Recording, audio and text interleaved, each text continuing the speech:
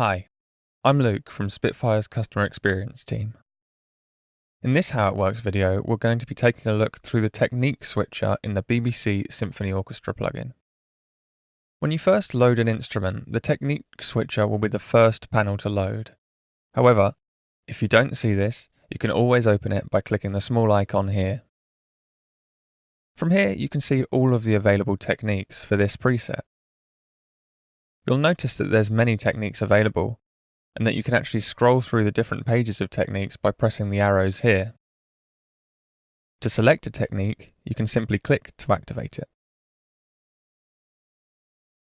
There are lots of different ways to trigger different techniques in this library. By default, key switches will be selected. You may not see these right away as they're at the very bottom of your keyboard. To see these, you can transpose the keyboard here. We can also move the position of the key switches by using the key switch adjust. To do this, simply click and drag. If you like, you can also change the trigger type to something more suited to your preference. You can do this on the right-hand side here. We have some extra information on each trigger type in the BBC Symphony Orchestra user manual. At the bottom here, we have the round robins section.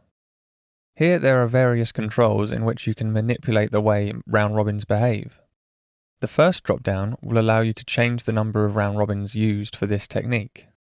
As this is a longs patch, there is currently only one round robin, whereas if we move to a shorts patch, you'll notice that the round robins have increased. With Reset on Transport activated, this will mean that any time you press play in your DAW, the round robin cycle will begin again. This means that any time you start your piece, you'll be triggering the same round robins every time. In contrast, Reset from Key will allow you to set up some key switches to trigger specific round robins. Beneath Options, we have several ways to change the way that round robins behave, such as layering or stealing from neighbouring notes. For more information on this behaviour, we highly recommend checking out the user manual.